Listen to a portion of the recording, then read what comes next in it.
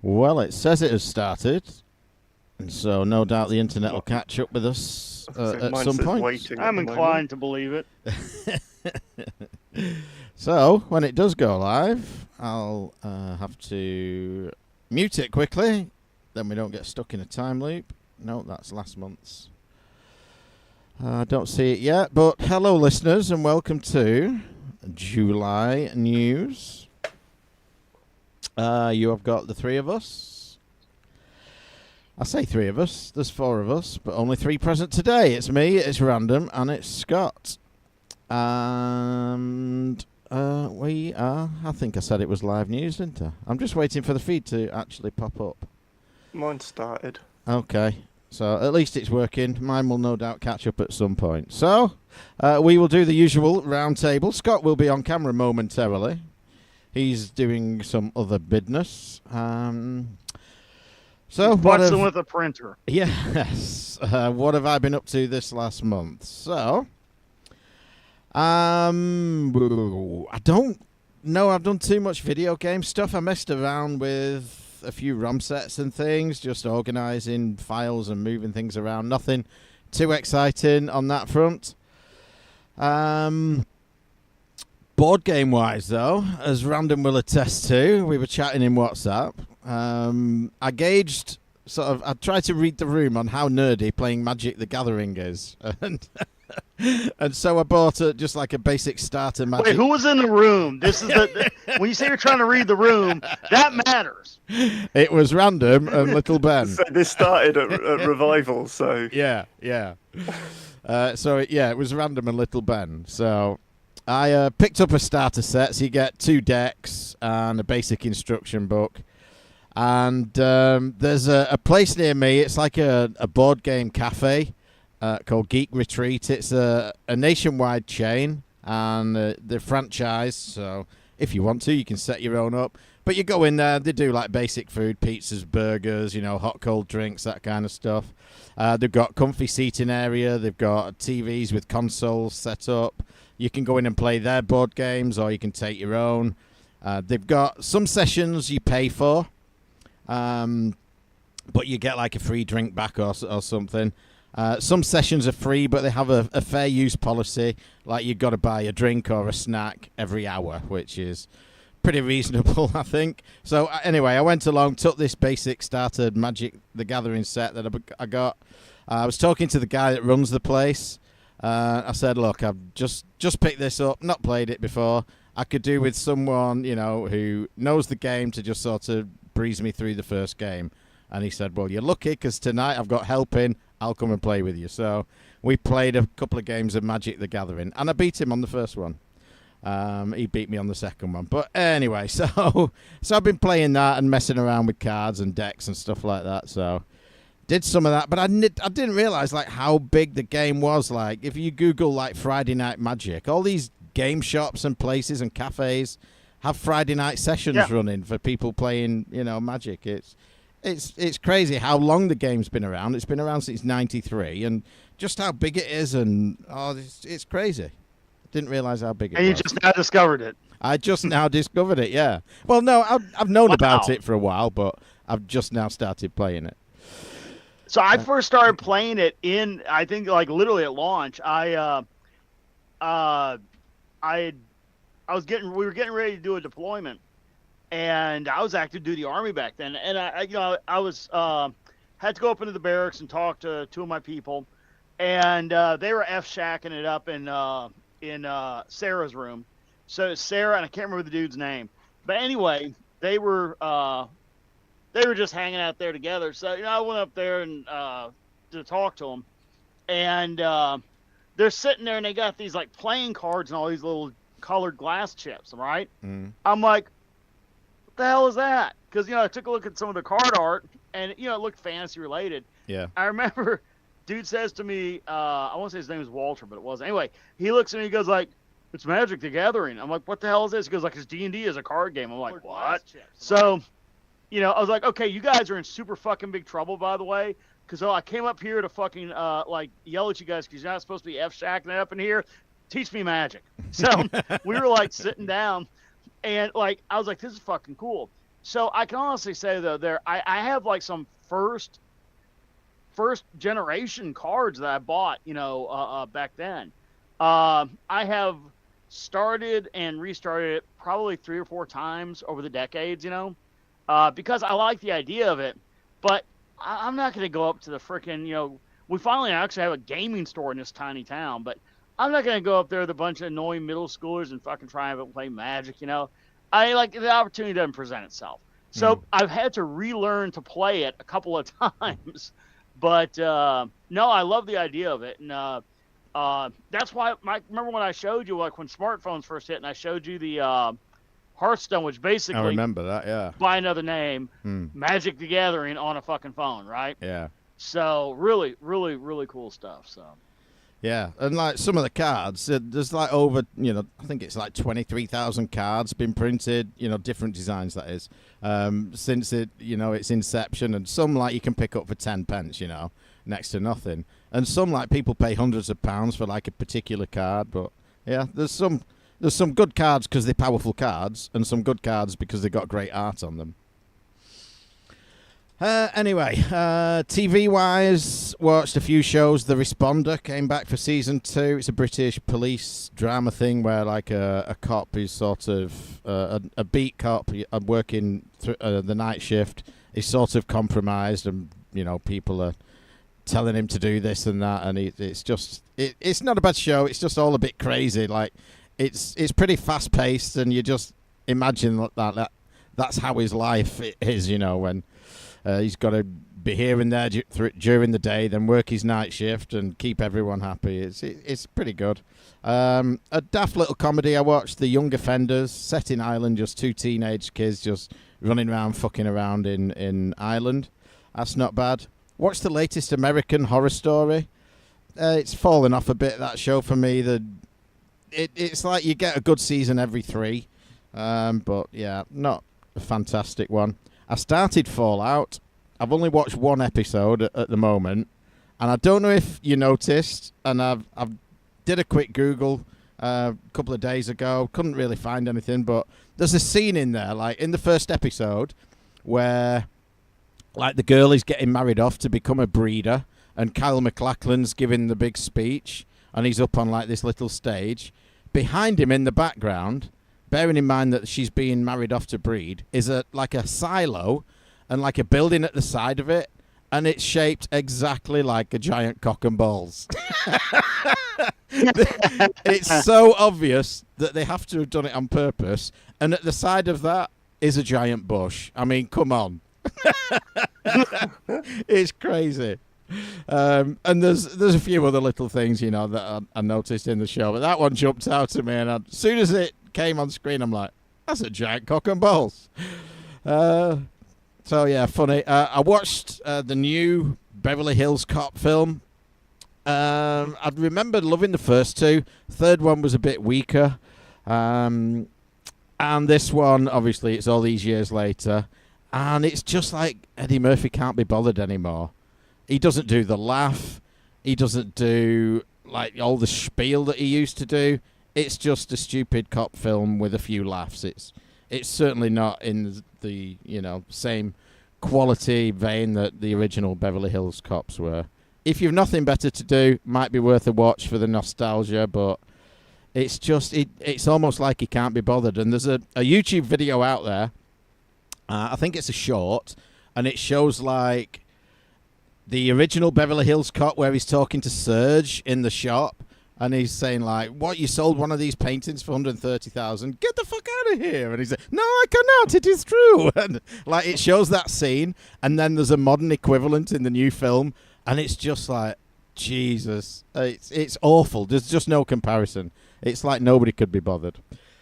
And then Paula last week popped a knee out, so she does tap dancing every Tuesday, and she landed a little funny on her knee last week, felt something go pop, and the next day we went off to hospital, and she's got a brace around it. She don't wear it all the time. She's got crutches, so I'm having to drive everywhere and fetch and carry. She's a bit more mobile now, so it's not too bad, but we saw kind of the good and bad of the NHS in the same week. So, like, if you ring 111, which is like a sort of emergency medical line, but it's not, blues and twos 999. You phone them up and say, look, I've done this, what should I do?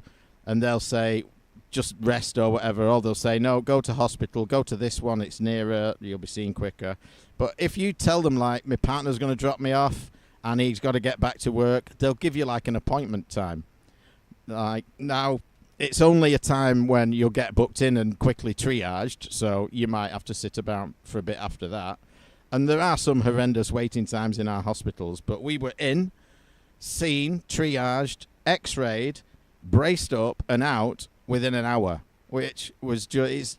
I've never known anything like that before. For x-rays, you'd normally wait in 2-3 hours, just sat there waiting. But no, it was fantastic. And then I went to the doctors. I've got some problems with my foot. Had it for a few years now, so it's looking like it's going to need operating on. So I went to the doctors. The doctor himself was great, but he said, right, I'll make you an appointment and, refer you to sort of the next team up the line kind of thing, get you in the system. So now I've got, like, a video chat with them booked in. But, like, yes, there's my foot. It really hurts. what are you going to do? Like, oh, yes, I can see your foot. It really hurts, you say? Yes. Okay, maybe we'd better make you a physical appointment. Like, just stop fucking around. Just get me in and at least touch the thing and feel it. So, the good and the bad of the NHS in 1 week. And I think that is pretty much it, other than to say you will hear at the end of the show, I normally put a stupid little clip in there or, an excerpt from the show. Who was it in Discord? Today or yesterday, they've been going back through the old shows and they have found SoCal's magnetic pinball clip. So I've isolated that, and you will hear that at the end of this show. And that is pretty much my month. I can't tell you who it was because usefully Discord has gone into streamer mode, so it truncates all of the usernames. So it's someone starting with a T. Is it TNC Chris or someone like that? I might be able to find it actually. Might be able to do it on the phone. While you're doing that, I guess I'll go. So I finished off playing Final Fantasy VII again, and that was quite a good time. I'd forgotten a large majority of it. I'd not played it pretty much since it first came out, I think, on PC. So still quite a while ago. I had a good time. I still don't think it's maybe as amazing as it's made out, but still a good game overall. And then following that, I've replaced that with Majora's Mask, which I'm playing the new recompilation version. Playing that on the Steam Deck, and that's again. I played through quite a bit of it on the N64 not that long ago, I thought, but there's a bunch of that I kind of only vaguely remember. So I managed to get sort of stuck in a few places early on. Like I did the first time round, and you definitely still see all of the reasons why it as a game it might have turned people off originally. But if you are thinking of playing with it, just sort of persevere through the first hour or so, and then it will open up into a proper Zelda, and it's quite good fun. Some very interesting mechanics in there. I do like it. So hopefully this time I'll actually finish it. Mm-hmm. And then I'd been slowly going through God of War Ragnarok, and got that out of the way, which I think drags on far too long. There's some serious pacing issues with some of the chapters, but that's out of the way, and I finally got onto playing the Resident Evil 2 remake properly, which that's been good so far. It's a nice balance, I think, of still being faithful to the sort of the old school Resident Evil, but adding a few modern sort of creature comforts, but not just completely going overboard and just turning it into a modern game where it just leads you by the hand, and does everything for you. It's still very much conserve your ammo. You are going to get fucked up if you don't pay attention too much, and lots of hearts and club-shaped keys and doodads to go and find with ridiculous contrived puzzles and things. So yeah, that's been good. Been slowly reading through the Witcher books. I finished one of them, so I usually take a between each one. I've been reading other things. Finally decided it's time to finally read Masters of Doom. So I fired that up. I'm probably about 75% of the way through that now. It's really good read. Very well told story. So yeah, well, if you haven't read that, definitely recommend that one. TV wise, also watched Beverly Hills Cop 4. Sort of fairly similar to Mike. It's kind of like, yeah, it's kind of all right as a daft action film compared to sort of a lot of modern action films, but yeah, it doesn't have the spark of 1 and 2 certainly. And then proper TV, we started watching Humans, which is quite an old Channel 4 series about people with android helpers, and then some of them end up having consciousness and they go off to find it, but it's got kind of elements of Blade Runner where you've got they call them synths, but you've got someone on the police force who is a synth but has been hiding. It's kind of almost, to start with, I thought it was like they weren't going to be aware of that they were a synth, a bit like Decker, but they were aware. They were just kind of purposefully hiding it, but then they sort of open up and then sort of have to then go back and keep hiding. But yeah, that's been quite. It's not the greatest sci-fi sort of android thing, but it's pretty decent. But we stopped watching it to we sort of alongside we were kind of dipping in and out of rewatching People Just Do Nothing, but then that's kind of taken over recently because we both just wanted something very easy and not have to think about to watch, and that's just fucking daft bonkers shit. So we ended up watching the entire 5 series of that. I have got that. I've never watched it. Oh. That's a good show title, Daft Bonkers Shit. It works for us, I think, especially because we sort of grew up in the same sort of era that they're sort of stuck in the past in the 2000s, trying to do pirate garage radio. But yeah, it sort of has a bit of an extra sort of feeling for me because of sort of dabbling around with sort of pirate radio and that kind of culture back when we'd be doing like raves and stuff like that as well. But then it's also just it's just a stupid mockumentary, so it's just funny and just ridiculous how stupid the people are in it, kind of thing. So yeah, it's good fun for that. So yeah, it's been a reasonable month this month. And that's about it. Well, I'm still all in on the Daft Bonkers shit. That's how I roll. So other than Fallout 76, which, what a shit show when that came out. What a failed launch. But they fixed a lot of things. It is still not a user-friendly game. I mean, that game, I am now level 76. Like, ironically, 76. But I just now, in the 70s, am not ammo starved, resource poor, and completely fucked all the time. It was such an unbalanced game. I mean, it shouldn't take a year of playing to, get to where your character just doesn't die from walking out of the base, But it's all right now. I've got like a nice fortress up in the mountains. I've got, pretty much thousands and thousands of rounds of ammo. I managed to get one of my the mineral extractor set up on a lead deposit, so I just harvest that constantly. It ain't bad. Built myself now you guys know I love vintage RC stuff, so I built myself a Tamiya Frog. So I've actually, let me rephrase that. What Tamiyas have I not built? I think, let's see if we can do this without crashing the whole thing. There's the wall of, well, there's some stuff in the way. Damn it. That's a napping Azov over there. That dude's passed out. But you can see the various, it goes on in both directions. So anyway, the Frog was a great car. It's based on a chassis. It's actually, funny enough, not a great chassis. It's called their ORV, Off-Road Vehicle Chassis.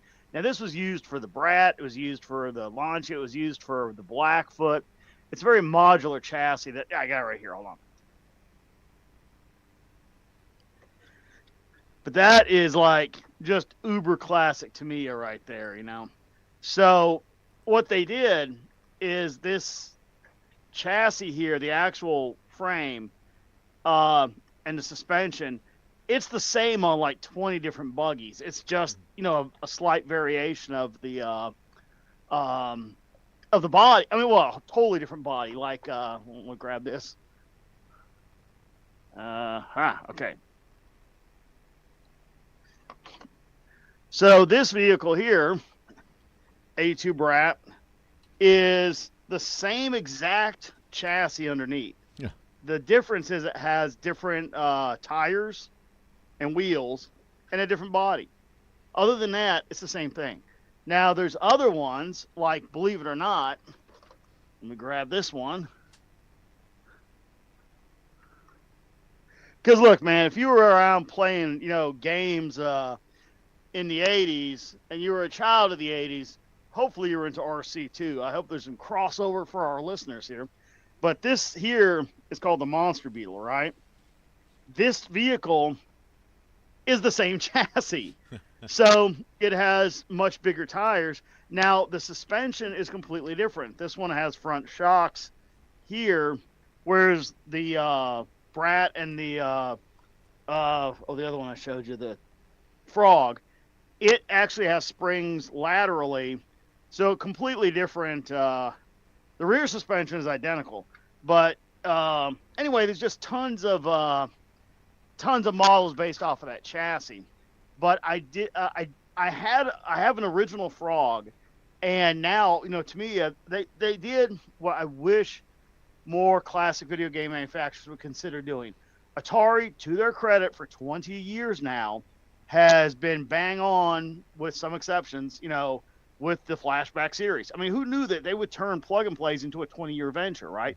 And, you know, I certainly have my differences and disparagement to throw at Atari, but I want to acknowledge when they do something right.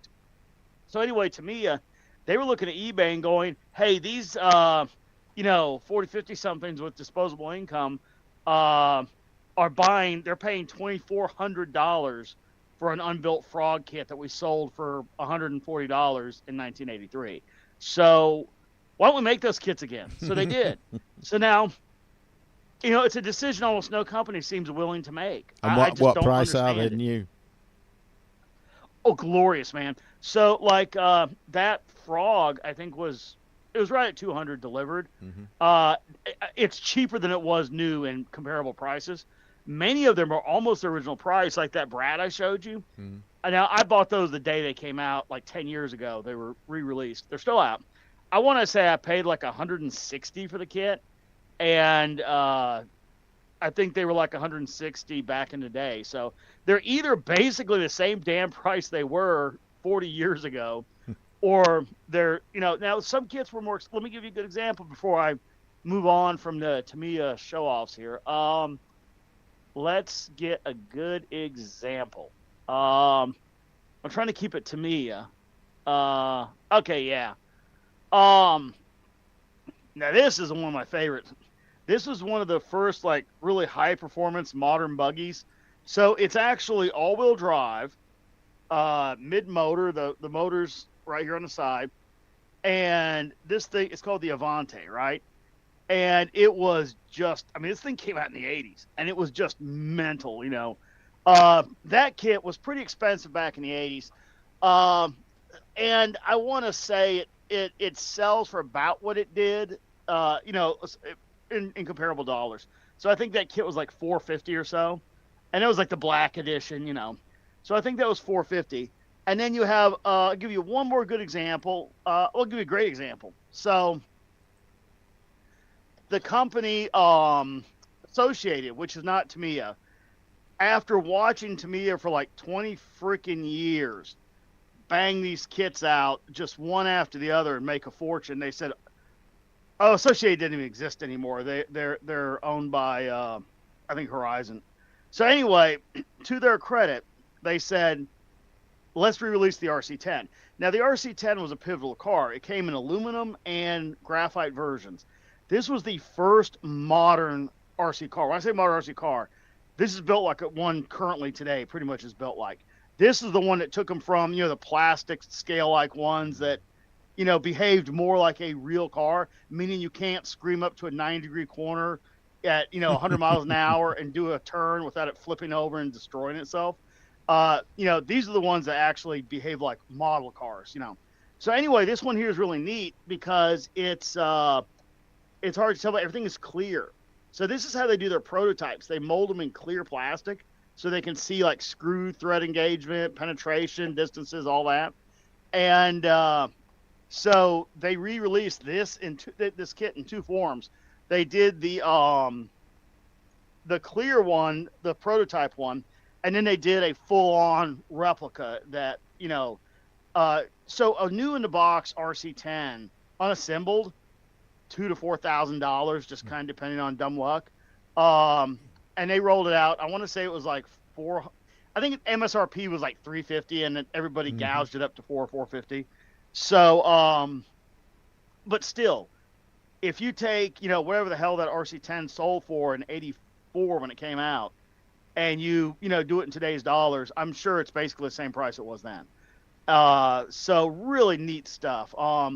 So anyway, I had an original Frog, and I really don't run the originals that much. I do some, but not like, you know, I'm not going to go out there and beat the crap out of rare replaceable shit. So since they've been coming out with these re-res, I've been buying the shit out of them. So the Frog, they did another production run. I think they did one a few years ago, and I missed out on it. So I snagged two Frogs, as that's my habit now. I don't even buy one kit. I always buy two.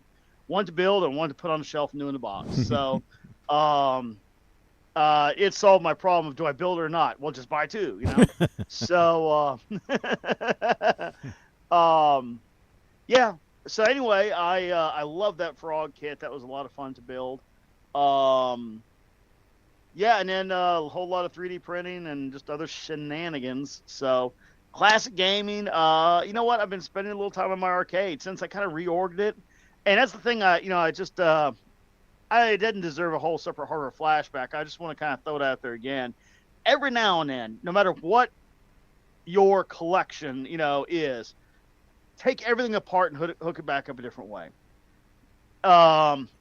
Take all the, like if you collect arcade games, shuffle them around, take them out of their spot, you know, maybe do like, you know, break out the monitor calibration tool and go through and calibrate the monitors. You know, if nothing changes, nothing changes.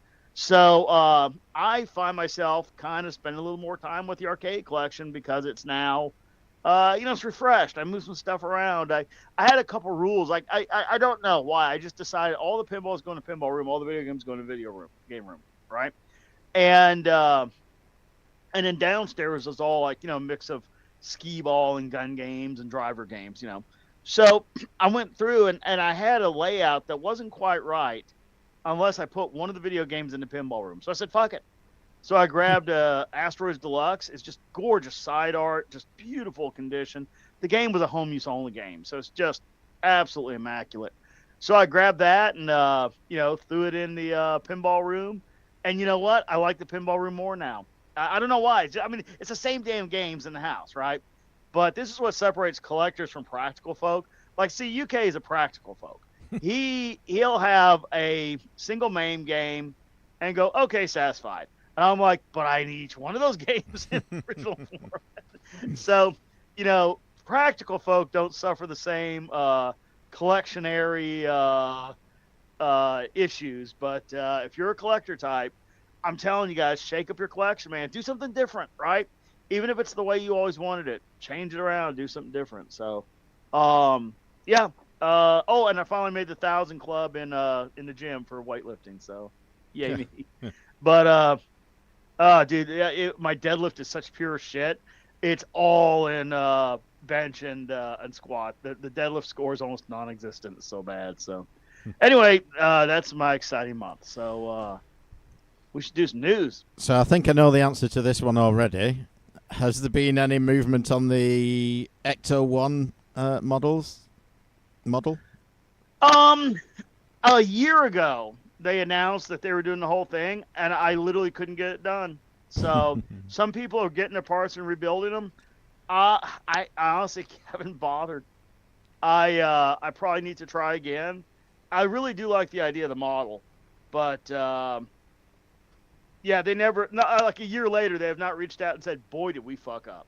So no, Sorry. not so much. So the guy who is listening to the old shows and posted in Discord about the magnetic pinball was indeed TNC Chris. So you will hear that courtesy of him.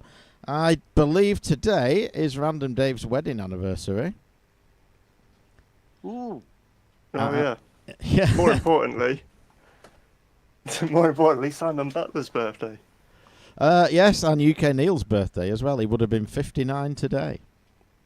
Which reminds me, I need to buy Simon a game on Steam. Oh, yeah. We were going to decide which one. And I don't know if you saw, Scott, but a couple of months ago, maybe slightly longer. Let's get Simon. Let's get Simon the most despicable game by the most despicable person. And then get him one that he actually likes. But, like... I think Simon would appreciate that. Don't you guys think that? I do. Yeah, so maybe 2-3 months ago, Scott, you probably saw there was a Spitfire replica that crashed and the pilot died. And there's been another one, I think, this weekend. It was all over the aviation news. Yeah, I think there's been another one this weekend. Or... A replica, yeah. Shortly after takeoff. Yeah, I mean,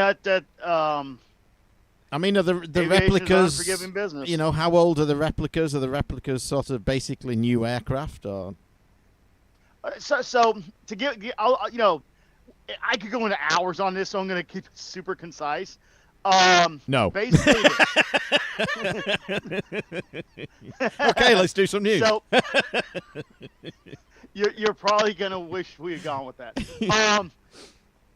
No, so aircraft are not like cars. Like, if you have you can restore like a 1965 car, totally, right? And it can be as reliable as it was in 65 and all that, right? Well, aircraft reliability has always been a very different standard. So in 65, when, you know, cars still had radiators that failed and people still had car trouble and all that, aircraft were insanely reliable because they had mandated so many things like dual ignition systems. So you have these things called magnetos, totally self-contained ignition system, right? Very simple fuel systems. So aircraft engine outages are essentially like almost statistically non-existent, right? It's all like if somebody's engine fails and they do an emergency landing, it's almost a certainty they fucked up and ran out of fuel and not it was a mechanical failure. It's ultra rare, okay? So aircraft are very different than cars. Their construction is entirely different. They're more repairable, more modular, and their economic value makes it such that they're typically not neglected. They typically are maintained to a very high standard, right? So a Spitfire, when it's flying, like an original restored Spitfire, is in the same or better condition than it was when it was flying in wartime. Certainly better condition in almost every regard. And, you know, the things like metal fatigue, those planes are not under that much stress. Mm. So the things like metal fatigue and all that, very minimal. And the inspections, and when you got a $3.3 million airplane that receives $500,000 in maintenance every year, your spar's not going to have a crack in it that they don't know about, you know. Yeah. You know, it's just not a thing. So no, they're wonderfully reliable planes, you know. the main thing is like when you and I were like, in our teens. And Mike, I don't know how much time you spent going to air shows, and random by the time it was a different ballpark by the time you were growing up. But they used to hammer the shit out of these planes. Like I remember going to Oshkosh, which was the biggest air show in the U.S. at the time, and seeing like Mustangs. They were doing full throttle, max performance takeoffs, crushing it, just hammering the piss out of those planes. Because a lot of them were World War II pilots that had come into ownership of these planes, and the planes were the parts were plentiful. Like I used to go to the Oshkosh, the vendor area. I remember paying like $13 for a P-51 flight stick, because when World War II ended in both the U.S., the U.K., and all over Europe, contracts slammed to a halt, warehouses full of shit. Like, well, you need the entire logistics chain of the United States fucking 8th Air Force, right? So, every inch of cable or wire or bearings or pulleys that a B-17 would use, there was a logistics chain going back to the manufacturer, right? When the war ended overnight, and also FYI, those planes were made obsolete by jets. Their existence was no longer necessary. Man, some of that stuff was just thrown in the trash. Most of it was sold off over literally 40, 50 years. That's how long it took to sell that stuff off to people that cared. So, there was just tons of World War II hardware being sold, like, the Army Navy stores of the 60s that sold like the uniforms and stuff. Yeah. I mean, all that was World War II shit. It was just unbelievable amounts of that shit out there in the world. So anyway, long story short, those parts are now unfindable. Like it used to be, like in the 50s, they were building these hydroplane racing boats using like Spitfire engines, right? So in the 70s and the 80s and even early 90s, they went out and like bought back former racing boats out of people's collections and barns and shit. And they're like, oh, that's got a Spitfire engine in it. I'll give you $10,000 right now, And so now all those parts have been scavenged. So what was once abundant, and like they used to sell like Spitfire pistons at air shows to be used as ashtrays, okay? Because there were literally truckloads full of Spitfire pistons, right? Well, now a Spitfire piston, okay, at $12,000, it's just nuts. So if you build a replica, right, there's many replicas. I can't even get into that. There's ones that are basically the real thing, even with an original type motor. And then there's ones that are like maybe 80% the size of the one. It uses like a Chevy V8, and any possible build idea in between. I mean, it could be anything, right? So what you would need to answer the question is the replica, anything close to the real thing, you have to look at that replica. Because like, for example, the P-51 Mustang, there's one called the Lowly Mustang that flies off of a 2-cylinder, 2-stroke. It's about 80% the size of the real one. And it's a very docile, gentle flyer, wonderful little airplane, right? Then you've got ones like the Titan T-51 that use like a supercharged Chevy V8 and much bigger. It's the size of the real airplane, much more elaborate. Like the Lowly has a simple fixed gear. The Titan has this elaborate retracting gear. Not saying it's in any way unreliable, but it's apples, oranges, So basically, Mike, there's a whole lot of fucking moving parts to that question. Yeah. Do you know what a Morris Minor is? The car, British car. Oh yeah. So we went in fact, you saw one in America. That's true. So we went to Alton Park at the weekend, a race circuit, about 45 minutes from me, and they had a weekend, 3-day, Friday, Saturday, Sunday meet, and loads of classic cars, 60s F1, classic sports cars, 70s sports cars. They had a Ferrari-only class, which was just all different kinds of Ferraris, and they had a car in one of the classes. And it was a Morris Minor, but someone had put a Chevy V8 in. You wanted to see the thing go. Yeah. It was nuts. It was crazy. It's like that V8 Miata I built, Yeah.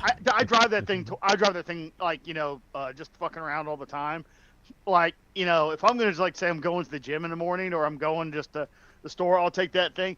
It's just hysterical. Yeah. It's fucking hysterical.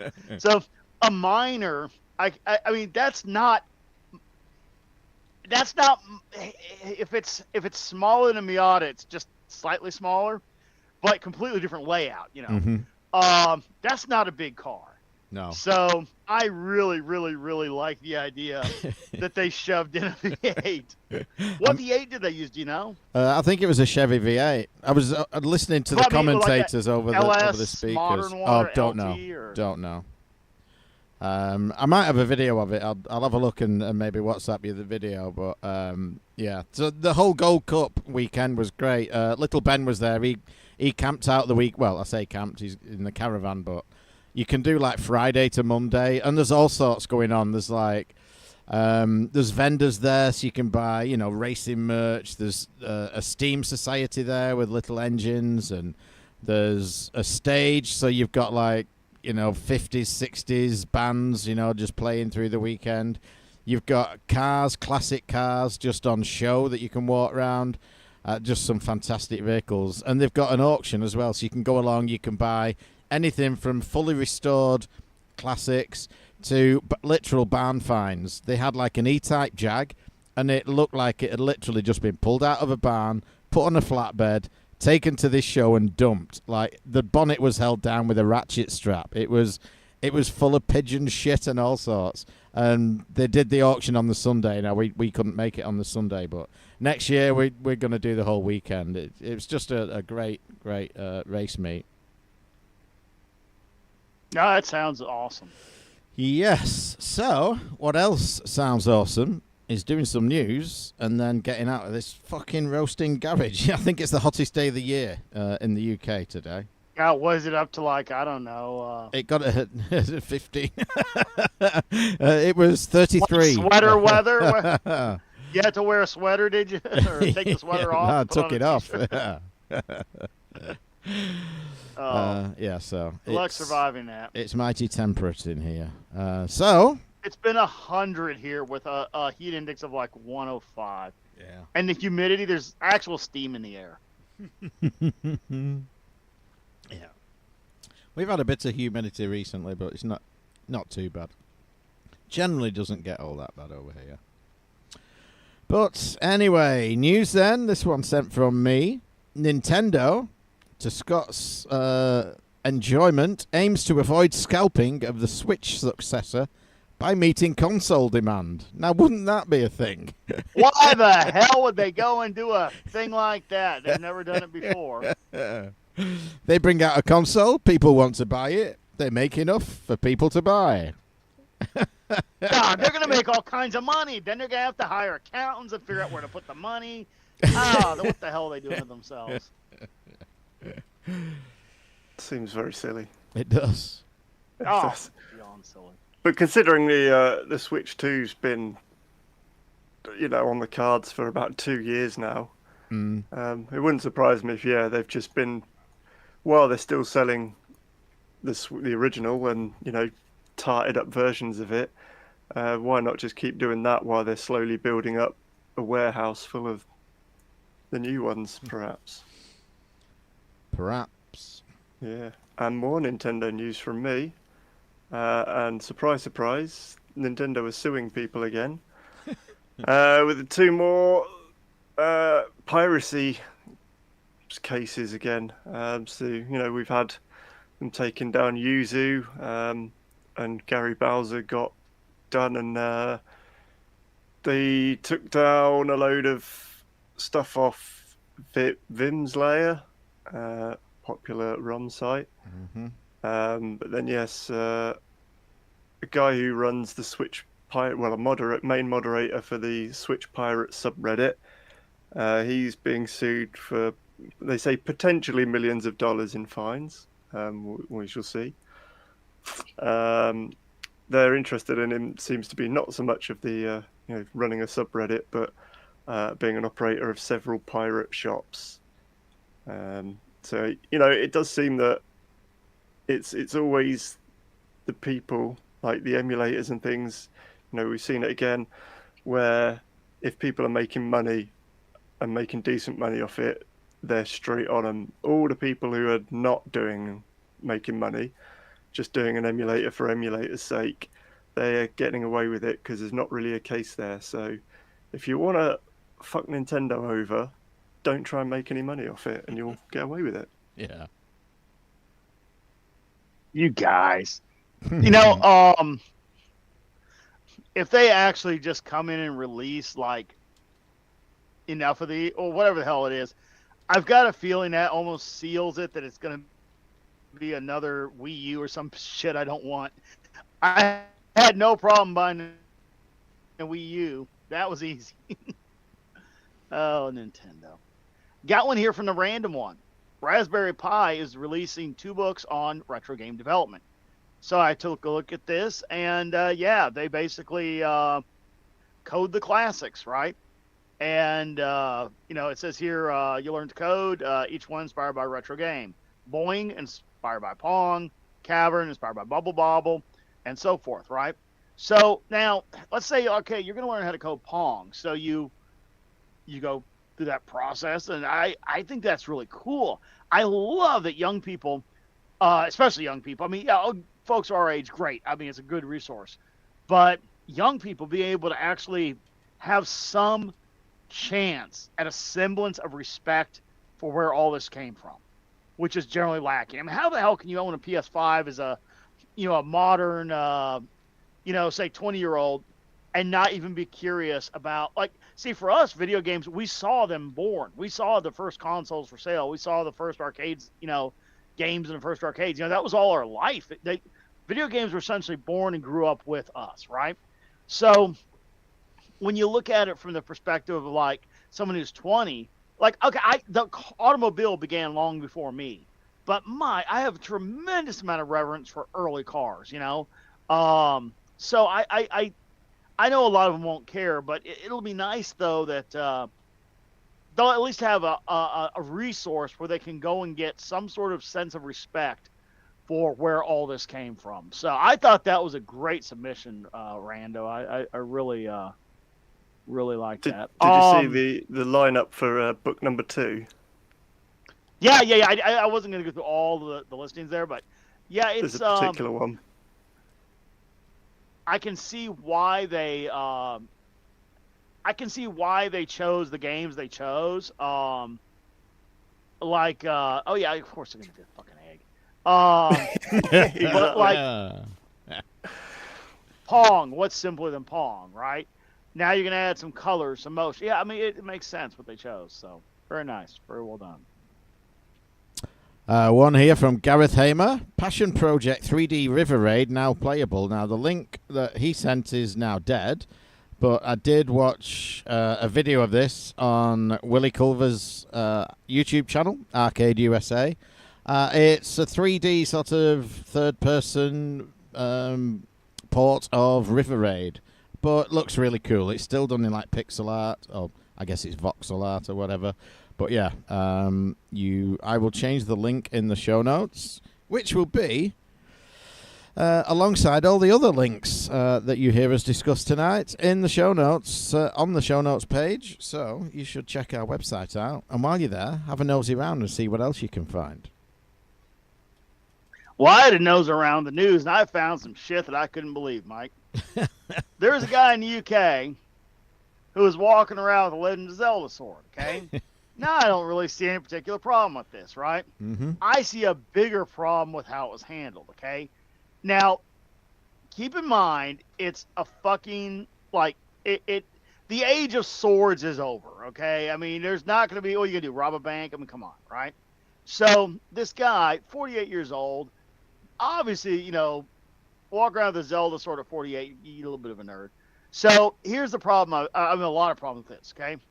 June 8th, officers were made aware via CCTV of a man. As if the CCTV came running into the office and said, hey guys. No. Nanny state bitches were watching ordinary people going about their business and spying on them as if it's the Soviet Union or they're the Stasi in East Germany. So then they dispatched some of their goon squad, and they went and found this guy, okay? Now, if you look at the picture, okay, this sword is up to and including 21 centimeters long. Mm. Yes. It almost almost has a sharp edge. Basically, this dork was carrying a letter. A letter opener. opener. Yeah. Brilliant.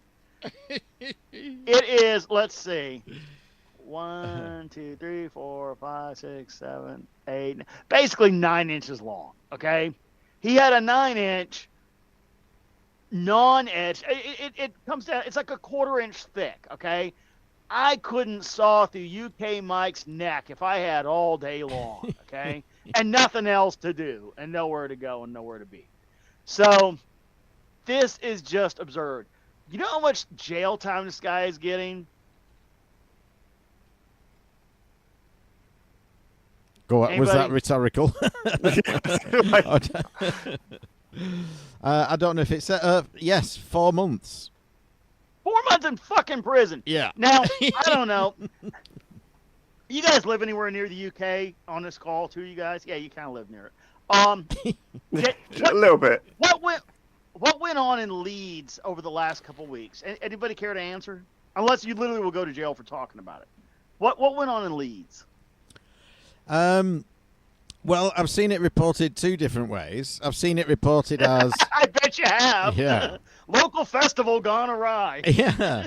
So I've seen it reported as social services came to take a child away from a family, and all the neighbours got together, rallied round, and started setting fire to shit.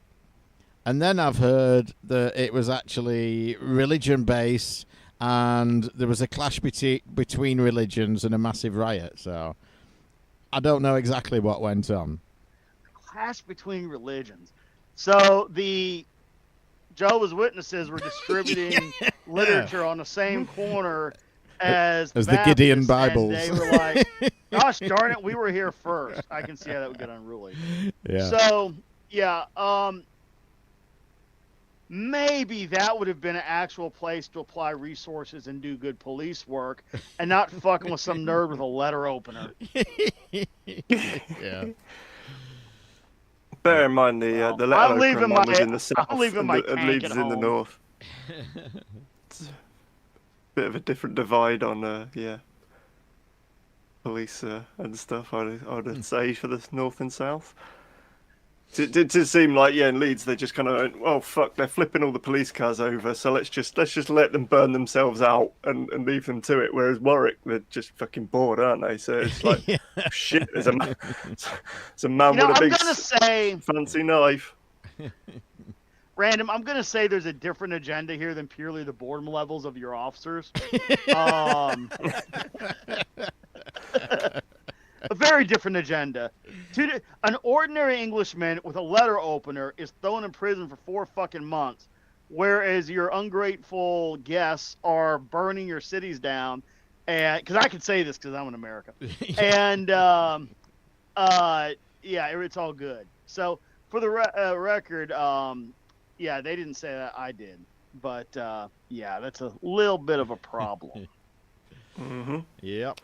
So I noticed there's a bit of a sales spam on Hall Effect controllers, which is something that I'd sort of come into my mailbox as well here and there, since pretty sure I've mentioned like Hall Effect controllers and stuff over the last few months, and it reminded me of.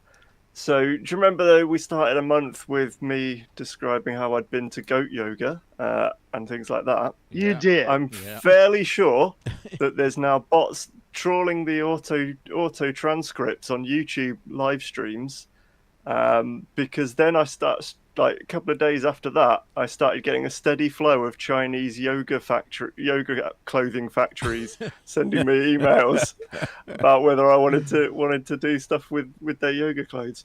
Either that, or one listener is just signing us up to loads of shit for fun.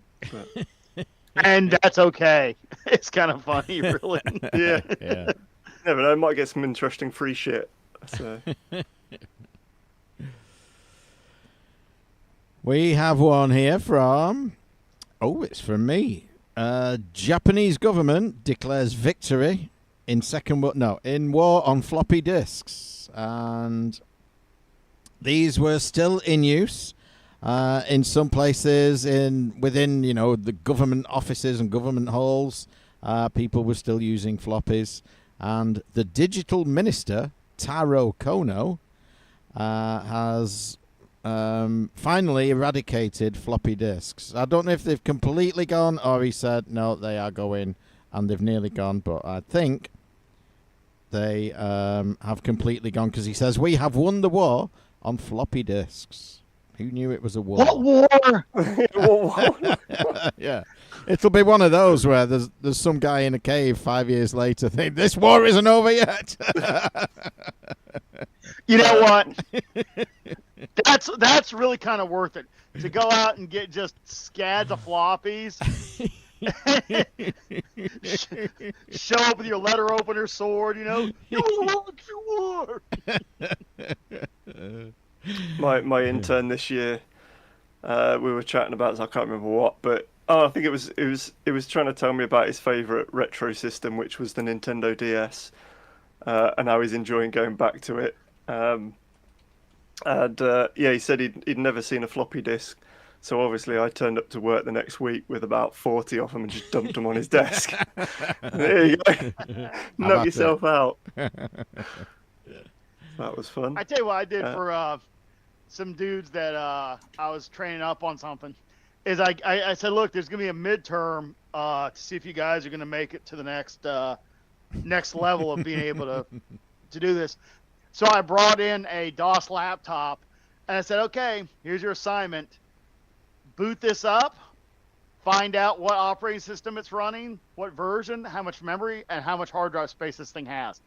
And in all fairness, they came within, and I told them they had like 10 minutes, right?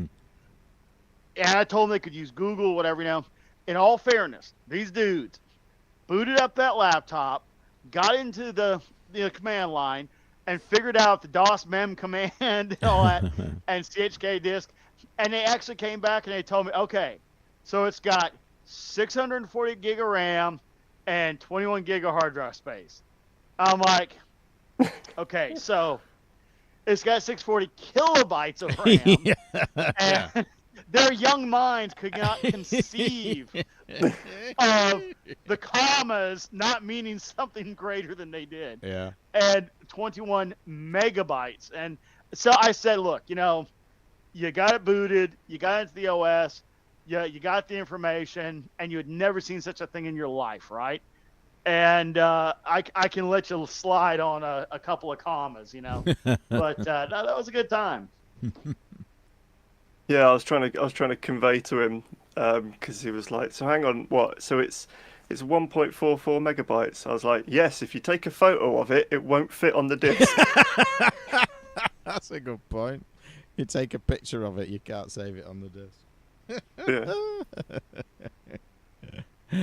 So another bit of fun I've had this month, I sent one in that just has all caps, road trip, ! And this was, well, the article is called Everything You Need to Know About Jeremy Clarkson's Pub on a Famous Dogging Site. And that's right, listeners, if you've not seen, we have posted about it in Discord, some bits and pieces, because he's having a bit of fun with social media with it. And there's been a lot of news sort of running with it early on. Here, he bought a pub, and it turned out, well, I think he knew anyway. But yeah. Oh, I didn't think he bought it. Yeah. It is on a what is described as a famous dogging site in the Cotswolds. So, yeah, good times down there. He would, of course, be selling his own beers and things like that. Yeah. But that's not what I'm going for. So one here from David Gyrick. A GBA lost game has been found, and it is called Hi Puffy Amiyumi and the Manga Madman. And it was unreleased for some reason. They couldn't fit the name on the box. Yeah. I know nothing about the game other than it sounds very Japanese. But here is another Nintendo-related story, I guess. That's a little more interesting. Sent in by Random. Homebrew Dev acquires the Tengen brand and launches an unlicensed NES game, which I thought was quite ingenious. You know, they obviously Tengen released a version of Tetris, much to everyone's annoyance apart from them, obviously. So he went out and acquired the It was an brand. awful version of the game. It's not as No, good as the have you- original. I have played. Have you ever yeah. played it? Yeah, yeah. So I had one of those in my hands. My local video rental store had one, right? And because that was like the first experience I had with Tetris was actually on the Game Boy. I was like, this is fucking killer, right? I mean, it was Game Boy Tetris, right? And so then when I was at the video rental store and I saw they had, Tetris for the NES, I was like, oh my God, on a full screen, this is great. It was almost unplayable. The puzzle pieces didn't look at all like they fit together. It was god awful. And I should have kept it. It never just paid the like $50 fee for not returning it. Goddamn thing's worth a fortune now. Or they were at one point. Yeah. I don't know. I think it's still quite valuable. Yeah, I was a little surprised this didn't, like, when I first saw the headline for this news, I assumed it was going to be Pico Interactive or someone that our paths had crossed at some point, had just found that the Tengen brand's lapsed and they can just re-register it as themselves and get cracking. But the game looks interesting. A little platformer called Z and Z. So you've got two characters running around, jumping around, and hitting shit and collecting shit. But yeah, interesting idea to to pick up the brand. So we have a couple of pinball ones. One sent in by our usual pinball submitter, Glenn Minette, and it is Stern. They are making a 70th anniversary premium edition Godzilla. It's black and white / grayscale edition. Basically, he says, I must say it looks good on the video. And there's... I had this one pulled up too. It is... I guess it's not one that I am like, okay, I'm buying this one. I know it's coming, dude. I know it's coming because I keep saying like, all right, this one I like, but not enough to buy. And I know I'm going to take a look sooner or later and Stern is going to drop a bomb, like something awesome, So I'm waiting. Have you played the I know it's gonna Godzilla? happen. No, I haven't seen it yet in person. I mean, I just saw it, the online stuff like anybody else. But Yeah, I played it at this thing. So I know it's Sparkle's favourite, and he dying to pick one up. There was one at Revival, and I played it there. Not sure which edition it was, but I've never felt like a motor in a pinball with more force than this. It's like literally the machine was shaking on the ground. It was insane, how strong that motor is. Did you play it random? no, I didn't play it in the end. Yeah, I mean it's a good game. There's lots of great video on the screen which you can watch if you're watching someone else play. But there was some great footage from the old classic films and stuff on there. But if you're in your own game, well, if it's me anyway, you've not got time to focus on that too much. So it was a good playing game, and like I say, it shook the hell out of the machine. But yeah, I don't know if I'd drop all that money on it personally. There is another pinball one. It'll get me. Yeah, sooner or later. There's another pinball one I sent in further down. Haggis Pinball in liquidation. This is an Australian pinball manufacturer. We covered them before because they were sort of re-releasing some old classic pinballs. I'm just scrolling down to find one. They made a remake of Fathom. And what was the other one? They did... I think they did 2 or 3. Centaur. I have a feeling they did another as well, but they would sort of, re-releasing classic games on more modern hardware, but they have sadly gone by the wayside. It's a rough thing to do, right? I mean, making new production pinballs, they're horrendously expensive. I mean, think about it. Okay, let's say you're gonna sell a game for $8,000 to $10,000. All right, you've limited your customer pool right there. Yeah. I mean, by necessity of what it costs, right? And then let's say it cost you, $4,000 or $5,000 to get the thing out the door, which is entirely believable with cabinet prices, parts prices, all that. So now, how many of those have you sold? You have to cover your overhead, your employee costs. Oh man, I believe me, as a pinball fan, I'm in awe of anybody even tries to make one in today's world. So, got one here from David Gyrich. Double Dragon is back. So there is a new Double Dragon coming out. Now, I looked at this and I immediately thought two things. It's not for me. It's just so flashy and comically absurd. And it's not, I mean, it's based on the characters and the scenery and the footage of the original, but it's not, I don't know. It's just it's too far from the original. It's too modern. I wouldn't want it. But that said, I absolutely can see this thing at the next expo we're at. This thing will be up on the wall. It's really, I mean, graphically it's beautiful. Don't get me wrong. I'm not bagging on it.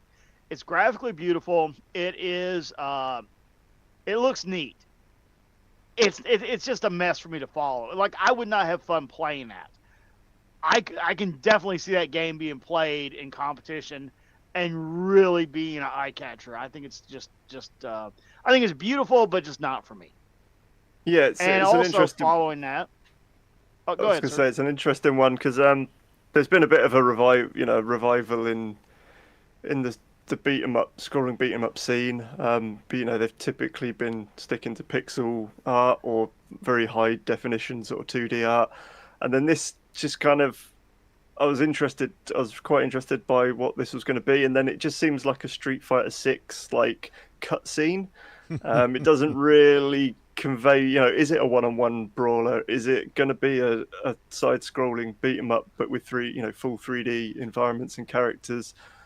But it doesn't really seem like any of its gameplay. So yeah, very sort of reserved at the moment on. It's an eye candy. Yeah. Yeah. So another one that is released that I think is something I would give a chance. I think I would actually play this, but I would fail. I'm sure I'm going to fail miserably, and it won't be fun.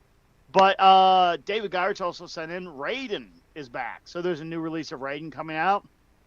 Guys, it looks really beautiful. I mean, just the I don't know, the fidelity of the models, the translucency, the beams and the bullets, and just it looks fantastic. The cutscenes, of course, are great, but the actual play scenes look great. And it is, it's a bullet hell. You've got your plane with all of its power ups and orbits, just slinging lasers and beams and balls everywhere. I got a feeling it's a lot harder than it looks. Mm-hmm. And like this guy's skidding around the screen, shooting and all. I got a feeling I'll get hit in the first 2 seconds and be dead and never have any enjoyable playtime. But it looks fantastic. And you know what? It says PS5, Switch, all that. So real soon, maybe in the next week or two.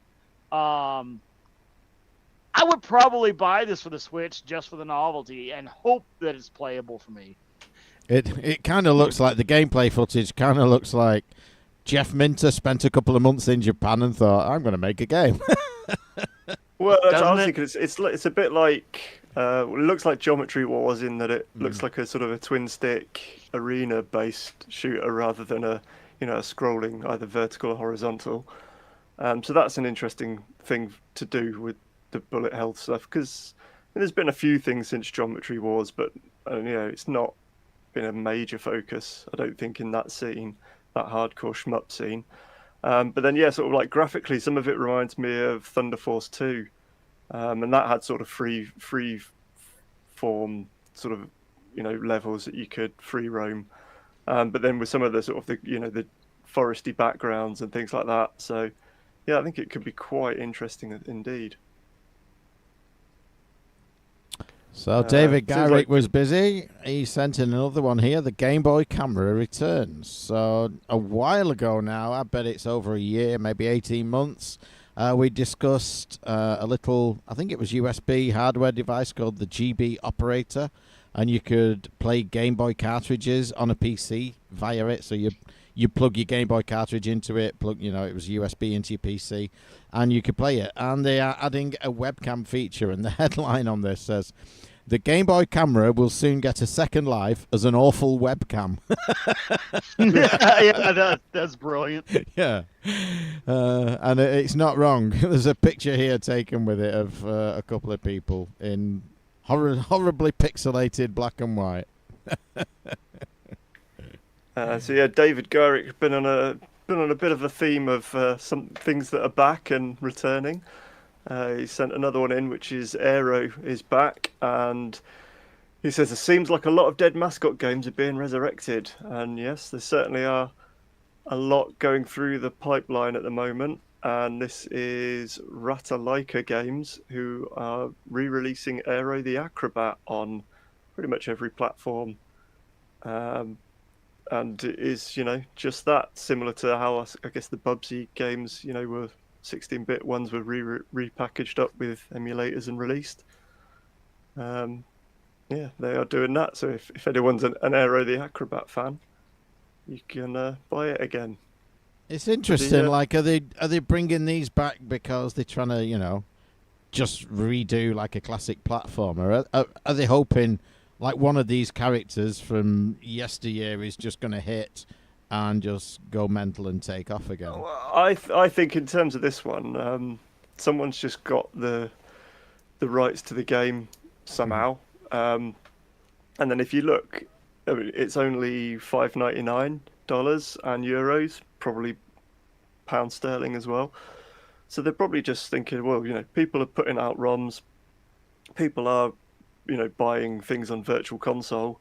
Fuck it, we've just got this. All we have to do is package it up in an emulator and stick it on the storefronts, charge a reasonable amount for it, Maybe we'll sell a bunch and just make a bit of money.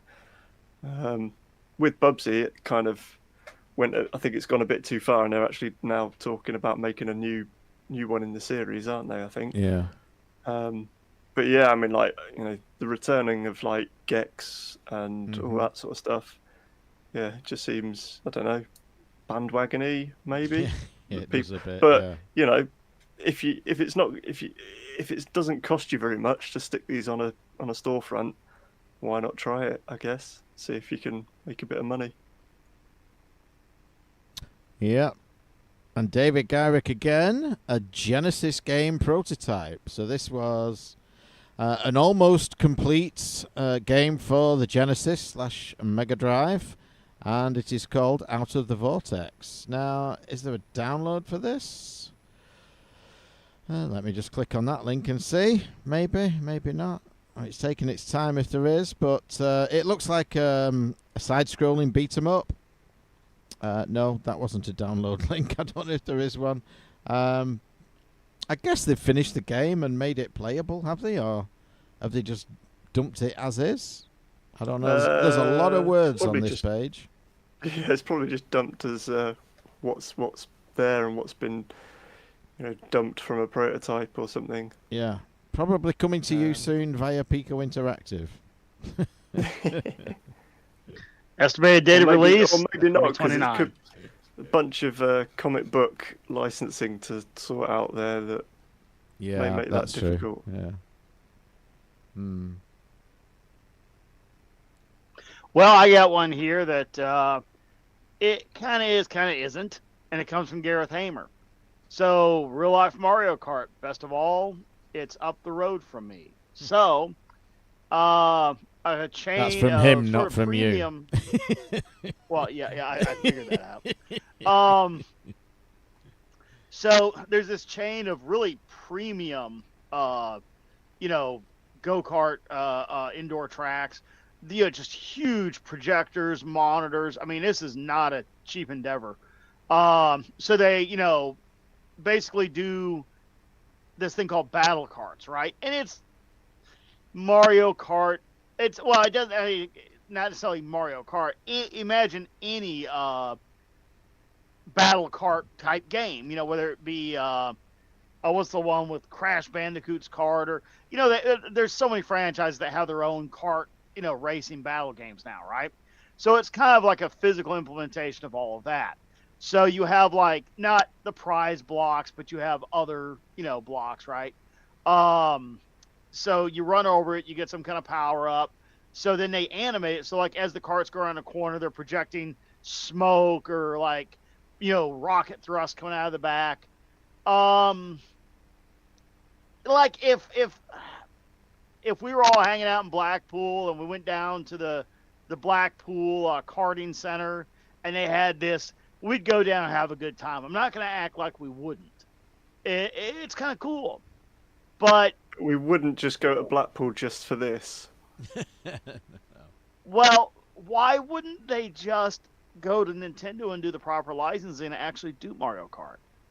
Or maybe they did, and Nintendo's like, yes, for more than the value of your operation, and maybe Nintendo didn't. Well, answer. yeah, I'm I not mean, presuming they- they didn't they- think of it. Maybe Nintendo will opened- do it in one of their Nintendo Worlds, or are they Well, called they've Super got the Mario Worlds or Kart whatever? ride in Universal Studios, and it's got all the AR stuff. So it's on rails, but it's got all of the effects of like people throwing bananas at each other and you spinning, and all the kind of shenanigans. So they're probably like, nah, we've got our shit.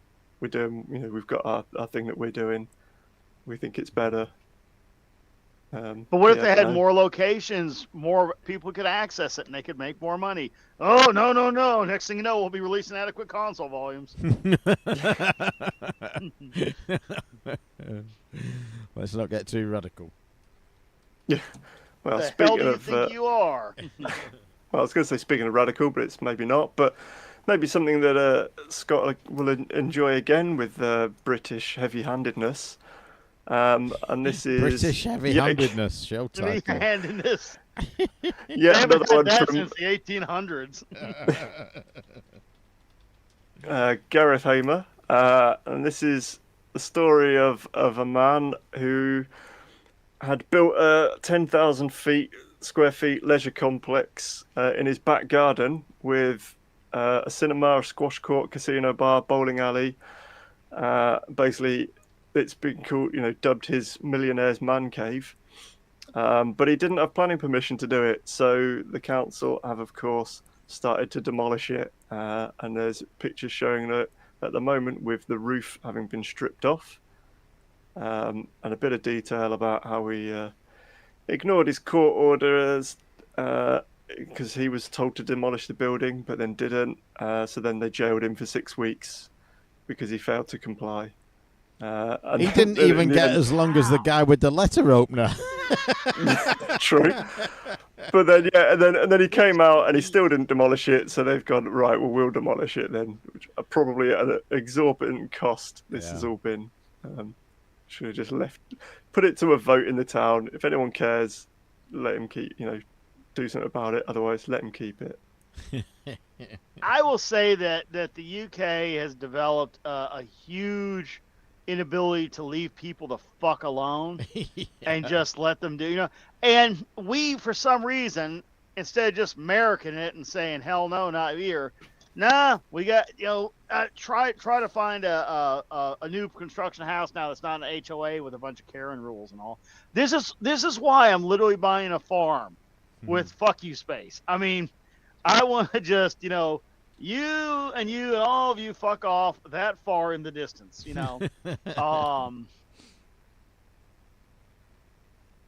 Yes. Yeah. So, one here from Gareth Hamer. And Germany is falling way behind the Japanese in this one. The German Navy, and he says, Germany has a navy? Yes, it does. Navy? It has a coastline. U-boats. Yeah. They are still using 8-inch floppy disks, and they're working on emulating a replacement. So it is. This is not a unique problem. No, it's not. We've seen it in a few instances. Businesses still using them and what have you. Well, a lot of those. All right, so production CNC machines, production sewing machines, all that. The whole reason these Gotek floppy emulators came out isn't to ensure that a couple hundred nerds could Yeah. load discs. All that stuff is for commercial applications. Like, so like let's say you have a sewing machine that the design's perfectly good. The only problem is loading the design that it's going to like embroider on that product or whatever. all that's done on floppies, and floppies are obsolete infrastructure, right? You don't need to replace any of your infrastructure other than just that floppy, right? So that's where all these floppy emulators came from. The thing is, and now if I know my German military procurement, and I know my German military procurement, what they've done is this. Somebody brought up the point, hey, we're having a real problem with availability of this system. It's down to, 50% on time, right? And they're going to look at us terrible, right? A year later, they get a commission to study it. Now they're down to 40% availability time. And it just keeps degrading. And then finally, they get around to, okay, so we're going to establish a plan to do this. And then they just simply don't do the budget. So there's no action. Then finally, they're at 0% capability. And they're like, oh, okay, we're going to throw a couple billion euros at this.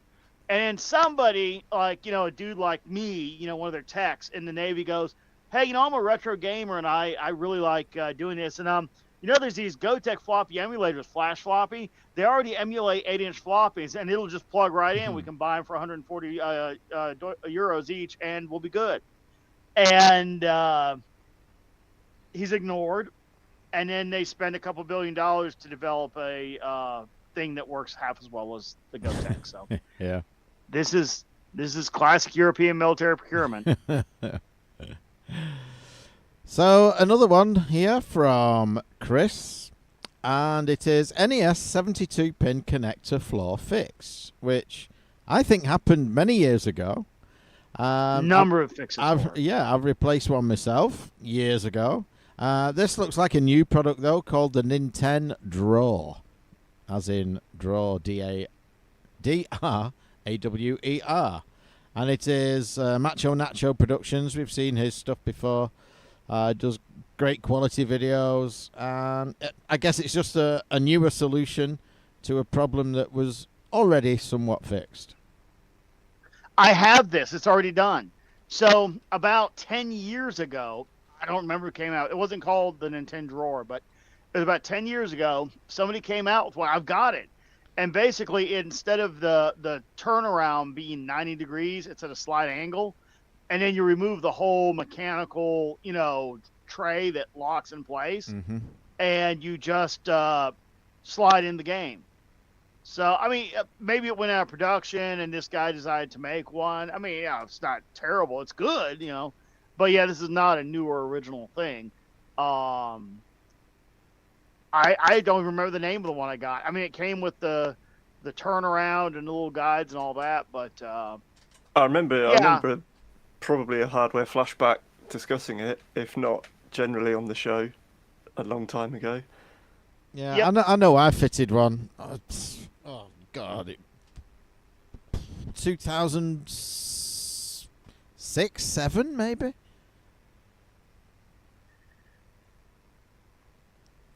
Oh yeah, there's been various solutions for years on this. Mm-hmm. So one here again from David Gyrick, and it is a Ridge Racer documentary. It is on YouTube, and it is just shy of 2 hours, and it takes you through various iterations of Ridge Racer. I haven't watched it. I may do at some point. But thank you, David, for that. I think David has pretty much knocked it out of the park this month with being our biggest submitter this month. Yeah, Gareth is close, but yeah, I think David's getting there. I've still not finished watching the Sega Rally one from last month, so I'll add this to the. Is that the 8-hour one? I can't remember how long it was. Yeah. I sent one in, which it turns out is as much a reminder to me as it is to the listeners, and that is that Marathon 2 is now on Steam for free, joining a couple of months ago the release of Marathon, they are based on the source port that used to be called LF1, and Bungie gave them the blessing to release them for free on Steam. So they play like modern hardware, and obviously are not bound to the Apple anymore. So, yeah, if you want to carry on playing through your marathons, 2 is available, and Marathon Infinite is on the way, but not here yet. So, got one here that I think is absolutely freaking cool. Doom, but faster on slow things. This really isn't about Doom at all, and it's actually not really a much of a detail. What it is, it's just showing the performance differences in different flavors of 386, 486. It's funny because this is like, for all of us that were like back in the days of the high performance 486s, where you'd have like a 66 and you buy a 75, then you buy the DX100, then the DX4120 came out, then the 133, and then there was a faster, the green, and then the all the 46 socket compatible, and of course the actual Pentium came along and it took off. But just when we got the first PCI buses, and before that, VLB and VESA and all the different bus schemes to get beyond the limitations of like a 8 megahertz ISA bus and actually start shoving 32 bits or 64 bits at 33 megahertz, which was a whole different world than 16 bits at 8 megahertz. So just good stuff to see. But nice videos. It's less about Doom, more about just generically performance upgrades for older PCs. But lovely topic, nice video.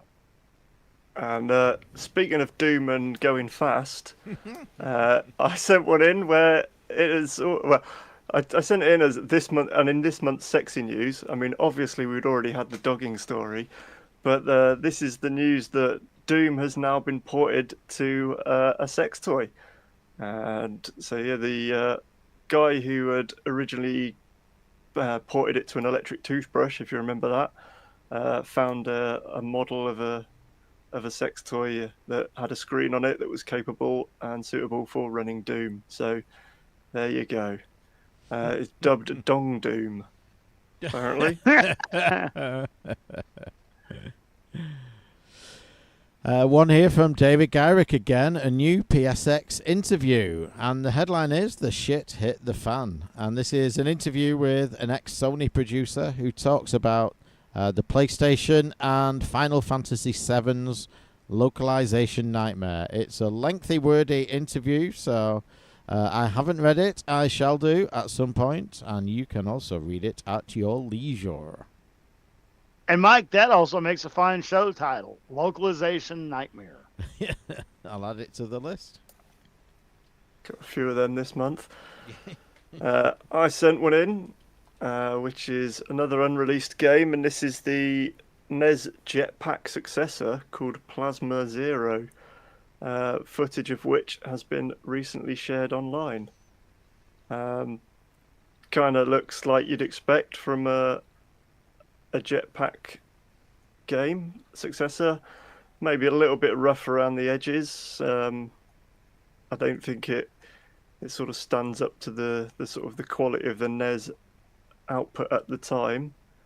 Sort of strange color palettes, I'd say, and strange graphical stylings, but maybe why it was ultimately canned. But yeah, a little bit more of Ultimate Play the Game, or Rare, as they became to be known, their history. So this is oh boy, a funky one. David Gyrick again, a GameCube network adapter. It's called. I was just about to run that one. Okay. Yep. Well, you can feel free to chime in. But what I find amazing about this is it's called the GC Net, and it plugs into the memory card slot.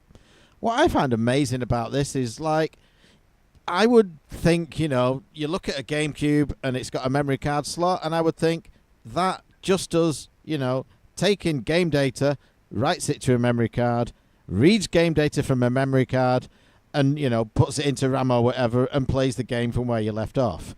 How the hell does somebody figure out how to get, Ethernet through that slot? That's what blows my mind about this one. Well, a lot of these, now I'm not speaking, I've not gone back and looked at, because I don't remember off the top of my head at all what the GameCube uses for that memory card slot. A lot of times, like, it's not a full controller with everything like you would think. It's often more times almost like a bus. It's just a a generic port, right? Like the GameCube has serial ports. Mm-hmm. And then, somebody eventually figured out, hey, what if we just hang an SD card on the serial port and talk to it? And it worked, Yeah. So, yeah, no, I mean, if you've got a bus, and the bus may have like let's say all you need to write a couple of bytes or maybe a couple of kilobytes of game data is just no bandwidth at all. You need nothing, right? Mm-hmm. But what was the easiest thing to do? Okay, we're going to pull up 2 GPIO ports and just put some front panel connectors, and they can talk straight to the memory card. Now, it might be fast enough to literally load the entire game over that memory card bus. Although it's total overkill, it may be a cheap and simple implementation, right?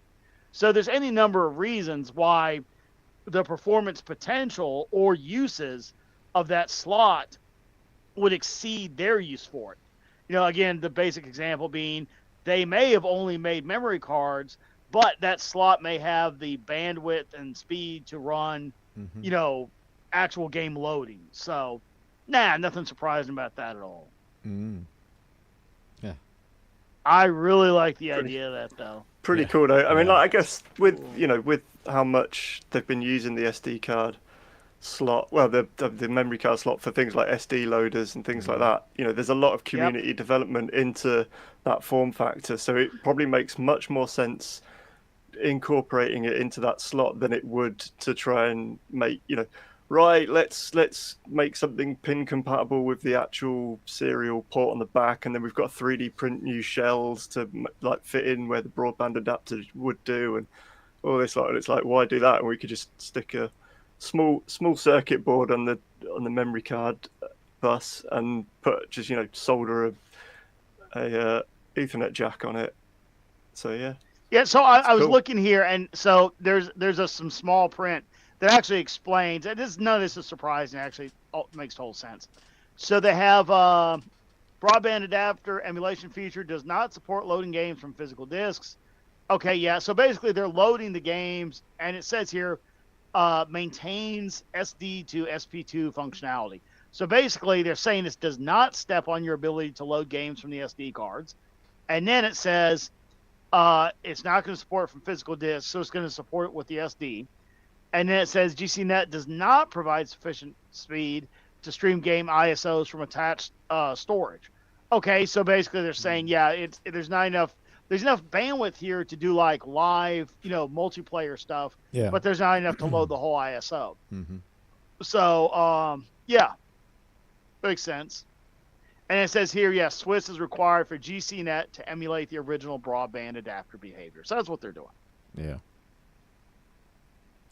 Gareth Hamer sends one. He's popped down to the core store, and the world's first Dreamcast FPGA core has been shown in action. The team behind the Super Sega FPGA console has shown off its Dreamcast core in a new video. It's a video on YouTube that you can watch at your leisure.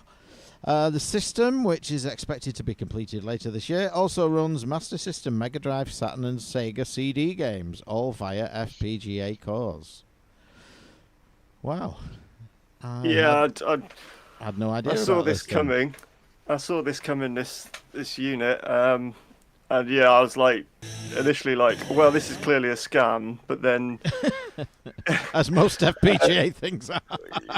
As you look more into it, it's kind of like, oh, actually, okay, no, they're showing like actual, a bit more believable prototypes than the average. Okay, maybe it's not a scam. And there's like, so what's the catch? It's going to be that it's like ridiculously expensive to get this to work for Dreamcast. Yeah.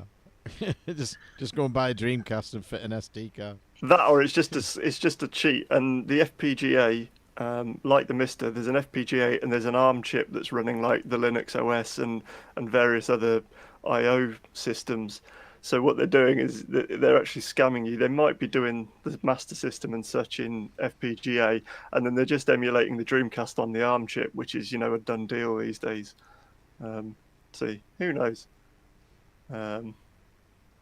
Gareth Hamer sent some more Sega news. He says Sega taking no shit, and this is the announcement that they have taken legal action against someone online harassing consistent harassment against one of their employees. So this was a Sega Japan employee, and Sega Japan are doing the going ahead with it. And they're not happy about people harassing them, which has only taken them like 30 years of people slagging off and asking what happened, where's Shenmue, why have you done this to Sonic, etc., etc. Yeah, finally enough is enough. Yeah.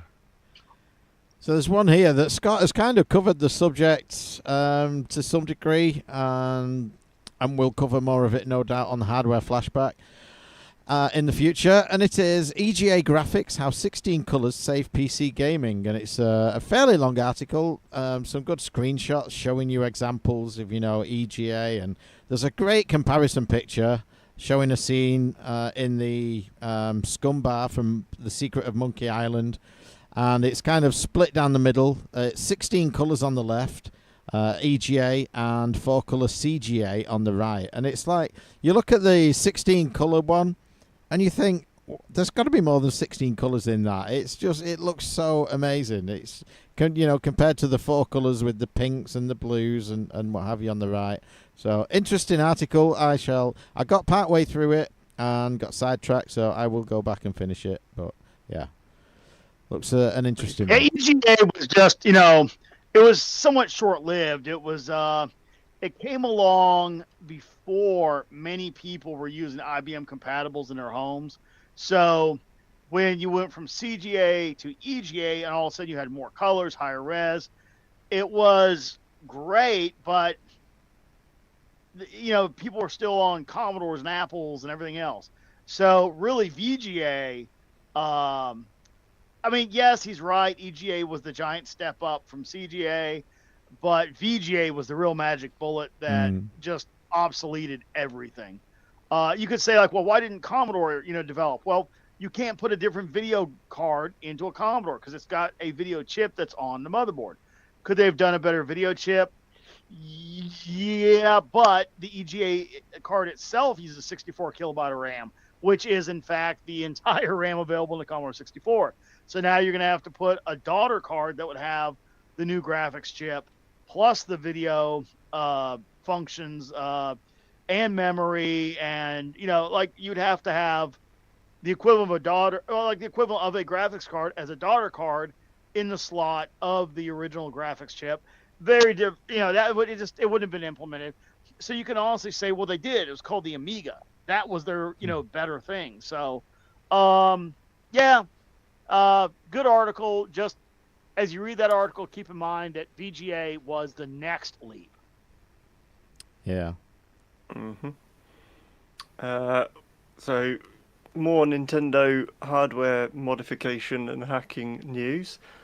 This is someone who's, a team of people that have come out with something that they're calling the Kawaii, spelt with 2 I's, because it is a Nintendo Wii the size of a keychain.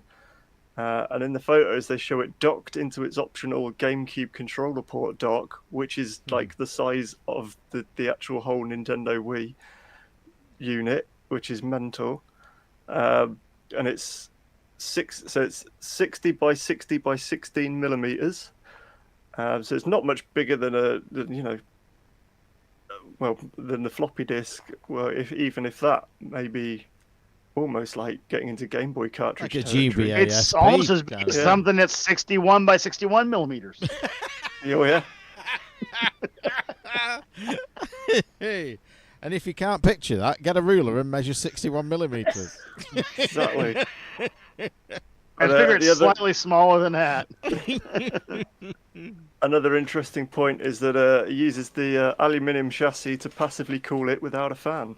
Yeah. And we all know that things that are cool without a fan are the best. Just better. But absolutely fucking mental miniaturization. So obviously it's got no disk drive or anything, but it will run games off at the SD card port. Absolutely bonkers. So something else that's absolutely bonkers is from Ryan Toole. And not to cast aspersions on Ryan Toole, it's his story, the article that I have an issue with. Atari launches Ethereum retro arcade on base, starting with Asteroids. Atari, the classic video game brand, is launching a series of its retro games with NFT access passes and on-chain scoreboards. And I thought, right, I'm stopping reading there. I'm sick of this already. I don't know what any of that Already means, done. and I don't want to. But then I thought did go Atari's to the got an next open issue. paragraph. Iconic game publisher Atari is augmenting some of its best-known retro titles with blockchain tech. And that's where I stopped. Atari can fuck off and keep fucking off until they get back here. And when they get back here, they can fuck off again. What? And Mike, when they get through fucking off for you, I'm going to send them to fuck off again a second time. Just stop using words that are bullshit. Make a video game that people can buy and play, and everyone's happy. Just, oh my word. Or make some of the Amico games that we were supposed to get. Nah, don't bother. Yeah, maybe not. Maybe that's a step too far. What the fuck does any of those words mean? I don't know. Oh. Insanity. So, Peter O'Brien, next up in small video game hardware. This is a Dreamcast VMU that people have hacked up a bit and have it running a Dreamcast emulator.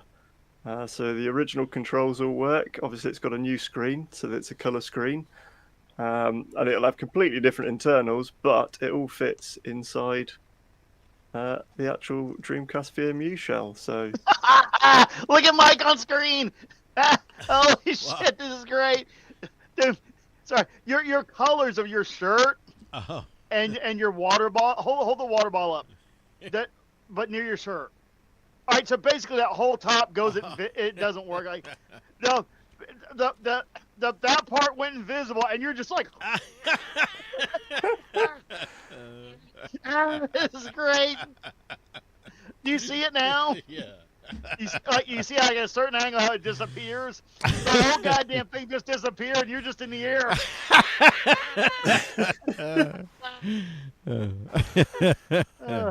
I'll look forward to the Chinese spam of that one Yeah. in the coming month. Please. So I think finally, did you finish that one, Random? I did, yes. Okay, I think finally then, a fan-made Dreamcast port of Grand Theft Auto 3 is in the works. And that does exactly what it says on the tin. There are more words in the article.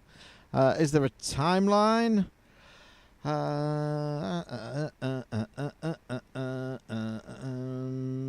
So they're saying things like this has left Sega fans to question what the game might have looked like if it came out for the console, which obviously it didn't, but it is doing soon, so you can check that out. And we So are out of Spinal, news. and Spinal made a good point. He said, "Wasn't there talk about posting links in the chat?" Yeah, we forgot.